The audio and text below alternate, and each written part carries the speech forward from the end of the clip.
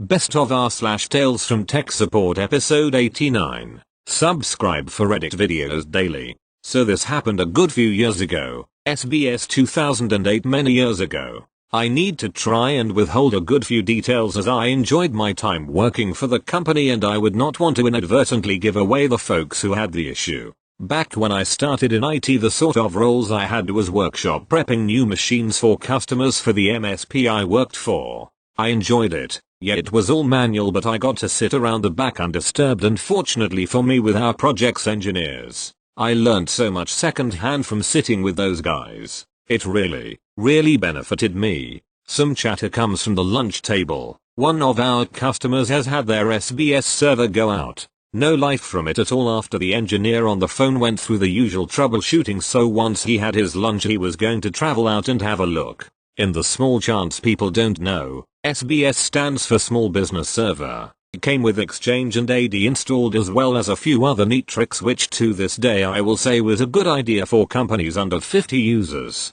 Our tech arrives, visually checks everything over, but it all looks good. UPS is fine. Power is all fine. Monitor is fine, so something in the server has likely went. The one observation he made and question was the window was open. The server sat on the second floor of a small office and in a room with the window open, as where we lived not many offices like that could dream of aircon. This was in a seaside town on the north coast. Tech comes back down the road. He is being called back onto his project urgently, so he asks me to take a look to see what I find on the server. At this point in my life I've seen a few things in my short 2-year, part-time, IT career to date with workstations but never servers. So I was quite excited to do so. I take the case off and look about the case. I start physically checking the cables are seated incorrectly when I notice after I remove my hand from a fan header to the motherboard, the cable changes color. Or rather, it gets cleaned.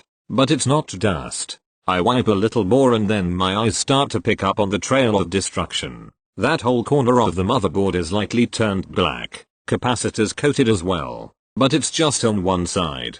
I plug the server in and try to power it on. There is a little life from the fans. Except one. The side where we are seeing this damage. At this point I feel like a full-blown super surgeon detective supreme. Power it off and remove the fan to get a closer look, and there it is. After sitting powered in a tower orientation, this would be the bottom fan. It turns out the air it was sucking in was obviously full of salt from the sea air. Remember, seaside town. However, over time this had built up to the point where there was actual grains of salt visible. This had caused havoc and from what we diagnosed had blocked the blades of the fan. But the motor was still spinning and burnt out, causing a very minor fire. There was no smell, but there was fire damage in the server. I laughed to myself, how the hell do I tell our guy there was a fire from the fan? I do that and he passes it off, but he comes around to see for himself and he can't believe his eyes. The more we look, the more grains of salt we can find dotted all over the server.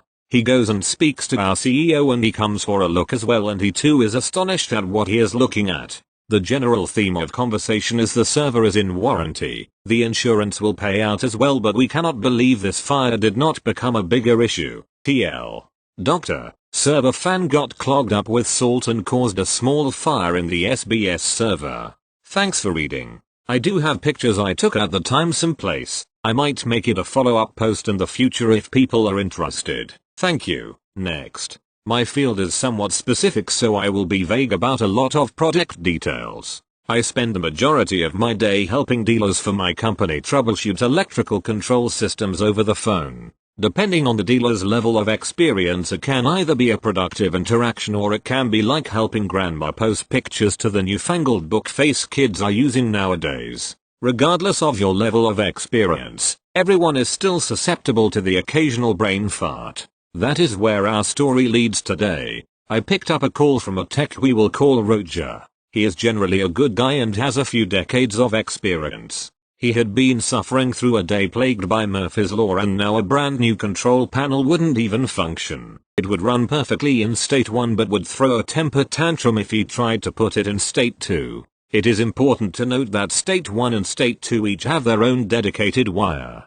They also share a lot of other components and take advantage of logic to cut down on copper costs. This means that only one dedicated wire can carry voltage at any given time. Otherwise the system starts calling itself Karen and wants to speak to a manager. It was pretty obvious that both wires were getting voltage at the same time, and I started listing off some of the shared components to check. Each time I list a component, I get an increasingly annoyed response about how he already checked it. I'm about to ask him to do another test when he finally goes off in an expletive-laden rant about how he's been right through the machine and found everything fine. The problem is in the brand new supposedly quality tested control panel. He had already wasted several hours trying to fix our mistake, and he can't afford to run a business around things that are broken right from the factory. Roger is usually a pretty good guy and fairly collected, so I'll let him get it out of his system, which takes somewhere around 15-30 minutes. I finally convince him that we still need to figure out the root cause so we can make sure it doesn't happen again. I decide to have him disconnect the control panel from the system and put in a few jumper wires to simulate the system being there. A few seconds later he states he has found the problem. He had done this jumper wire simulation earlier to program some auxiliary components and forgotten to take one of the jumpers back out. The jumper bypass doesn't utilize a relay that is necessary to change from state 1 to state 2. This caused the system to shit the bed like that one drunken college roommate we all had at one time. He spent the next 5-10 minutes apologizing and saying he was embarrassed and sorry about giving me such a hard time. I was riding pretty high now because I was completely blameless in the matter. I made sure he knew there were no hard feelings. We keep a little bell on a nearby counter for our team's success stories. I gave it a long ring and announced the whole comical interaction. Thank you. Next. Hey guys, so I'm not in tech support, but I am the beloved family fixer computer guy. When I say beloved, I mean I get blamed for when something isn't working instantaneous, so I feel like I understand a lot of your pain. So the other day my sister was home from college on spring break and she had to write a paper. She will be S for sister and I'll be M for me. S. Why is the internet so slow? M. Shouldn't be, I was just using it upstairs and it was fine. S. That's probably because the router is in your room, I can hardly get anything to load. M. Okay, let me look at it. Looked at the Wi-Fi connection full bar, so not a signal issue. I opened Task Manager to see what she had running, and while she was using 100% of her CPU and 99% of her RAM. Big red flag. I looked at the programs up and this little booger has 178 Google Chrome tabs open. I told her she had to close them if she wanted her computer to start running decently again. She complained that she was writing a paper and she needed those tabs open for sources. 178 tabs. For sources. She finally closed the majority of them and I haven't heard any complaints since. Thank you. Next. Short one. Customer brought in their old computer and explicitly wrote on the service ticket, "I only want the pictures folder copied to the new computer, nothing else." Cool. Weird that he was so caps lock about it, but okay. I transfer only his pictures folder and nothing else. He comes back, gets his computers, and leaves. Next day calls in and complains to my boss that I didn't transfer any of his pictures and is bringing the computer back in so someone competent can do the data transfer. I happen to be there and not busy when he comes in and ask him what the issue is. The issue is that you didn't transfer any of my pictures. Me. Did you look in the folder called pictures? Silence. Fire up his computer at the counter. Yep, 100% of his pictures are hanging out there in the pictures folder. Well, that's not where I expected them to be, and there are still some missing. Me. Okay, well, the signed service order has a note from you that you only wanted the pictures folder moved. We can get pictures from other locations in the backup if you tell us where they're located. In the recycle bin and on the desktop. But, yeah, sure, it's my fault for only moving the one folder you insisted was the only folder you wanted moved. Couldn't convince him keeping files in the recycle bin as safe storage was a bad idea either, and he made me put a few thousand pictures back into the recycle bin. Thank you. Next. About 15 years ago, back when I was still a student, part of my requirements was to do a holiday internship. The company I ended up doing this with was one that ran and maintained numerous television and radio broadcast stations. Most of those stations were located on top of various mountains and hills and were thus somewhat isolated.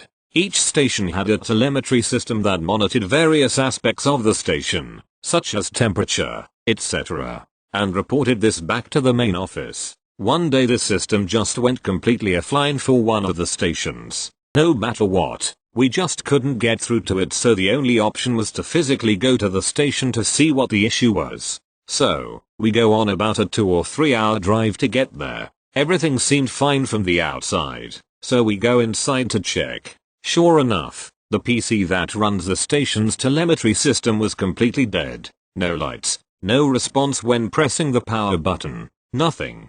So we open up the PC's case to see what the issue was. The inside of the case ended up being almost half full of dead ants. Just completely packed in there, so that opening the case resulted in a pile of ants flowing out. We suspect what happened is that the PC itself was a warm spot on top of a cold mountain, and so they tried to nest inside it before finally managing to short out something inside the PC, causing it to die. What followed was a wait for an exterminator to come through from the closest town to spray down every possible entrance into the station where ants could get in, and a long trip back to the main offices to get a replacement PC. Bonus story 1. At another station, one of the satellite dishes had seemingly died.